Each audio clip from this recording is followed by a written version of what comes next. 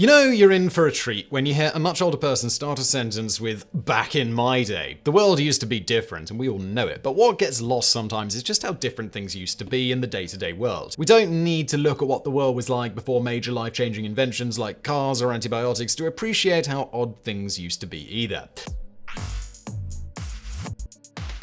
Number 10. Before insulin, diabetics had to live on dangerous low-carb diets. Frederick Benton discovered insulin at the University of Toronto in 1921, changing the world for millions of diabetics. Before insulin, a diabetic had a life expectancy of maybe 3 to 4 years, and they weren't pleasant years either. The only treatment for diabetics prior to insulin was diet changes. If you're a type 2 diabetic, that can actually work in some cases. For type 2s, their ability to make or use insulin is impaired, and often weight loss and dietary changes can help reduce glucose in the bloodstream and ensure better health. Type 1 diabetics, on the other hand, do not produce insulin. Diet really can't help them at all because they don't have a functional pancreas, so the stereotype about eating less or trying to be healthier doesn't help at all. In order to squeeze out a few extra years of life, doctors would put diabetics on diets so strict that they'd be considered criminal today. Carbohydrates, which turn into sugar in your blood, had to be eliminated completely. Some diabetics were being sustained on just 450 calories a day, at least until the diet literally starved them to death.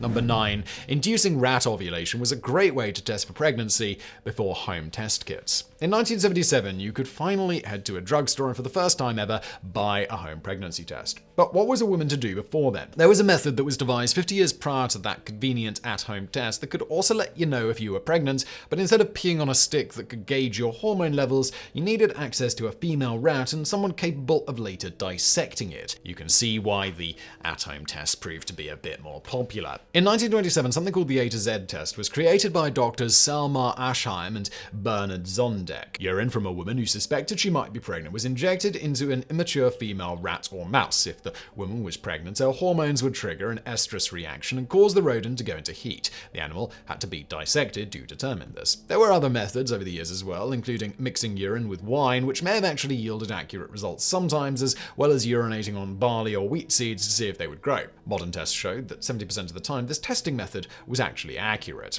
Number 8. Before baby carrots, most carrots were tossed in the trash. In the world of carrots, there are regular carrots and there are baby carrots. Yes, there are colored carrots, but they're still full-size regular ones for the most part. And at some point, you may have heard the devastating news that there's really no such thing as baby carrots. They're just regular carrots that were shaved down. Media sources will often rehash this story every few years and present it as a scandalous sort of thing. What most sources don't get into is why baby carrots exist and what the world was like prior to their existence. Turns out baby carrots aren't just a wasteful way to make the root vegetables seem more palatable. If anything, the opposite's true. In the early 1980s, the carrot industry was incredibly wasteful. More carrots were trashed than sold. This is because people liked pretty food and carrots were often ugly. That and the fact that carrots can be 80% good with the rotten end, and now the whole carrot's useless. Carrot farmer Mike Urosek got sick of losing money and started peeling his ugly carrots by hand. That was a labor-intensive process, so he brought a green bean cutting machine that sliced the carrots down to little 2-inch nuggets, and with that, the baby carrot was born. Within 1 year of Urosek's invention, US carrot consumption rose by 30%. In 10 years, it was up another 117%. The scraps are used as animal feed, and now consumers are enjoying a better overall diet. Number 7. Before elevators, the rich lived on the ground floor and the poor lived on the upper floors. When you look at a high-rise apartment building today, you'll notice that the upper floors often look a little bit different thanks to the large, opulent penthouse apartments. The top floors of buildings are reserved for the wealthiest residents who can afford the best views. In Midtown Manhattan, there's a penthouse for sale for $90 million. In Monaco, there's one for $335 million. And you know what makes a penthouse so expensive? It's one thing and one thing only.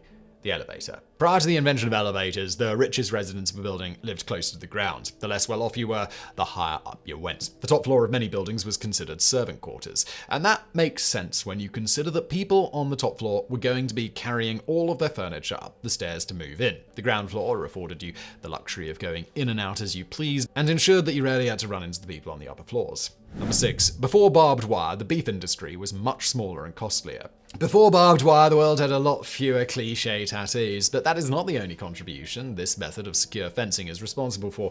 In the world before barbed wire, beef was a much rarer commodity, and in many ways we owe the modern beef industry to barbed wire. There arguably would be no burger-based fast food industry without it. Cattle ranching in the 1870s had ground to a halt because it couldn't be contained. Cattle could destroy other crops and couldn't be contained, which meant herds could only be so large. All existing fencing methods were proving ineffective, but with the invention of barbed wire in 1874, things changed. Cattle could be contained to pastures, and that allowed them to grow bigger, stronger, and healthier. Cattle drives were no longer necessary, so the animals could grow much bigger and produce more meat. New breeds such as Angus could also be bred since they no longer had to endure those long cattle drives, and that in turn improved the beef industry as a whole. Number 5. Before the heart-lung machine, cross-circulation connected two living patients together.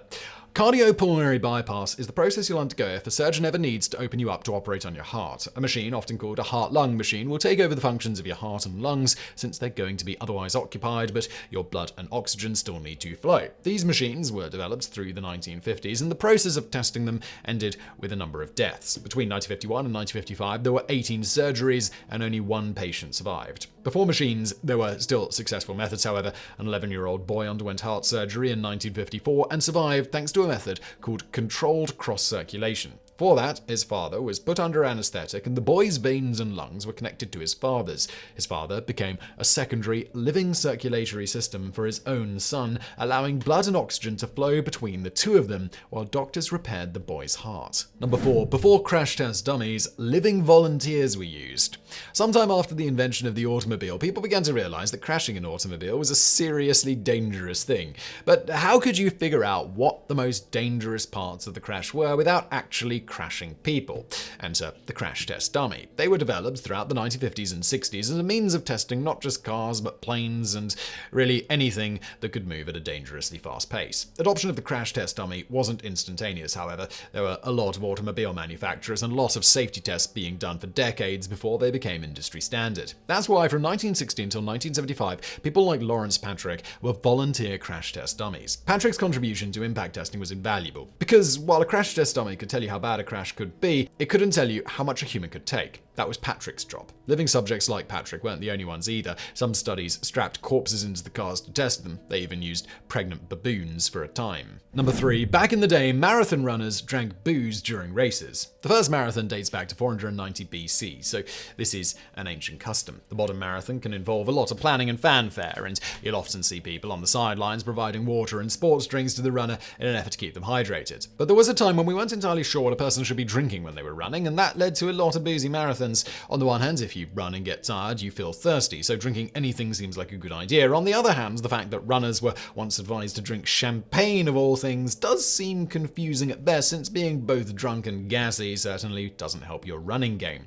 A century ago, runners in the Boston Marathon would have helped us keeping pace on bikes or in cars, handing out whiskey or brandy when the runner needed a boost. Cognac and wine were also options at various races as well. The reason for this seemed to be that while everyone acknowledged thirst was a thing, water was generally considered weak and not very manly. Number 2. Before radar, war tubers helped detect enemy aircraft. Radar has been an invaluable tool over the years, and it's hard to overstate its value in war. If you have enemy aircraft coming in to destroy you, then knowing where they are is extremely important. But radar was only invented in 1935, and there were dangers from above well before then. Prior to the advent of radar, the Japanese in particular devised a method of tracking enemy aircraft that involved the use of what is known as a war tuber. And the name is oddly accurate. War tubers were giant horns pointed at the sky. A person would stand at the narrow ends of those huge horns while the wide-open mouth end was pointed at the sky. The intention was that the open end would catch the sound of approaching aircraft before anyone could see them coming. There's no evidence this method was successful in locating and aiding the destruction of any aircraft, but the UK and the US both attributed their successes with radar to acoustic location techniques like war tubers before anyone knew radar was a thing, as a method of keeping it secret. Number 1. Before modern erasers, people used breadcrumbs. Everyone makes mistakes, that's why pencils have erasers, so the saying goes. But what about when pencils didn't have erasers? It wasn't a mistake-free world back then, it was just one that relied on breadcrumbs. Since a pencil eraser works by sticking to the graphite marks on paper and then being ground away as you rub on them, the same principle works with a lot of other substances. Notably, prior to real erasers, people just used breadcrumbs. Rubber erasers were invented in 1858. From about 1612 to 1770, breadcrumbs were the go-to fixer simply because it worked, it was cheap, and it was easy to get a hold of.